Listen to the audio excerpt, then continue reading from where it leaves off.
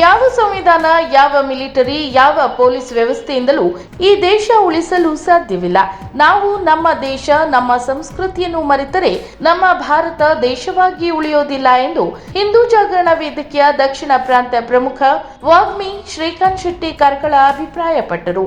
ದಾಂಡೇಲಿಯ ಹಳೆ ನಗರಸಭೆ ಮೈದಾನದಲ್ಲಿ ದಾಂಡೇಲಿಯ ಹಿಂದೂ ಸಮಾಜೋತ್ಸವ ಸಮಿತಿಯವರು ಹಮ್ಮಿಕೊಂಡಿದ್ದ ಬೃಹತ್ ಹಿಂದೂ ಸಮಾವೇಶದಲ್ಲಿ ದಿಕ್ಸೂಚಿ ಭಾಷಣ ಮಾಡಿದ ಅವರು, ಹಲವರಿಗೆ ಆಶ್ರಯ ಕೊಟ್ಟಿದ್ದು ಹಿಂದೂ ಧರ್ಮ. ಬೇರೆ ಧರ್ಮಕ್ಕೆ ಸ್ಥಾಪಕರಿದ್ದಾರೆ, ಆದರೆ ಹಿಂದೂ ಧರ್ಮಕ್ಕೆ ಸ್ಥಾಪಕರಿಲ್ಲ. ವಿಶ್ವದಲ್ಲಿಯೇ ಅತಿ ಪುರಾತನವಾದ ಇತಿಹಾಸವನ್ನು ಹೊಂದಿದ ಧರ್ಮ ನಮ್ಮದು. ನಾವು ನಮ್ಮ ಮಕ್ಕಳಿಗೆ ಧರ್ಮ ಶಿಕ್ಷಣ ಕೊಡಿಸುವಲ್ಲಿ ವಿಫಲರಾಗಿದ್ದೇವೆ. ನಮ್ಮ ಮಕ್ಕಳಿಗೆ ವೇದ ಪುರಾಣಗಳು ಗೊತ್ತಿಲ್ಲ. ತಂದೆ ತಾಯಿಗಳು ಕೂಡ ಆ ಕೆಲಸ ಮಾಡಿಲ್ಲ. ನಮ್ಮ ಸಮಾಜದವರು ಹೆತ್ತ ಒಂದು ಮಗುವಿಗೂ ಧರ್ಮ ಮತ್ತು ಸಂಸ್ಕಾರದ ಬಗ್ಗೆ ಹೇಳಿಕೊಡೋದಿಲ್ಲ.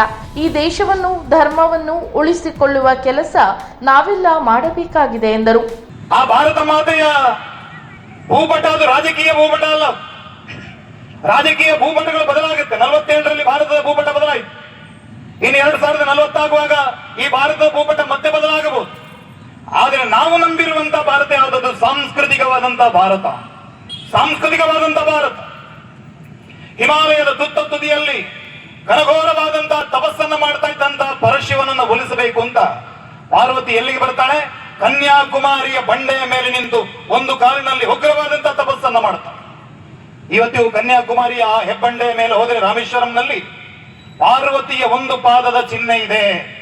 ಇನ್ನು ಹಿಂದೂ ಸಮಾಜೋತ್ಸವ ಸಮಿತಿ ಗೌರವಾಧ್ಯಕ್ಷ ರಘುನಾಥ್ ರಾಂದಡ್ ಕಾರ್ಯಕ್ರಮದ ಅಧ್ಯಕ್ಷತೆ ವಹಿಸಿದ್ದರು.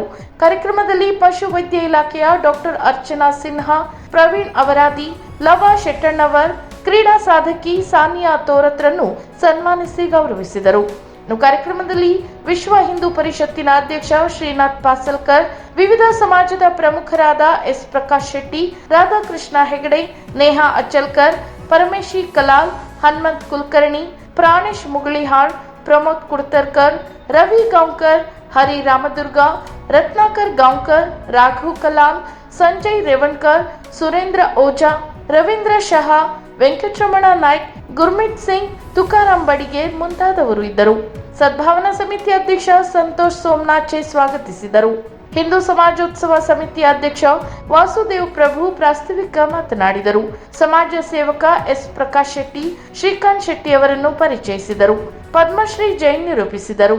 ಸಹಸ್ರಾರು ಜನರು ಕಾರ್ಯಕ್ರಮದಲ್ಲಿ ಭಾಗವಹಿಸಿದ್ದರು. ವೇದಿಕೆ ಕಾರ್ಯಕ್ರಮಕ್ಕೂ ಮುನ್ನ ನಗರದಲ್ಲಿ ಬೃಹತ್ ಮೆರವಣಿಗೆ ನಡೆಯಿತು.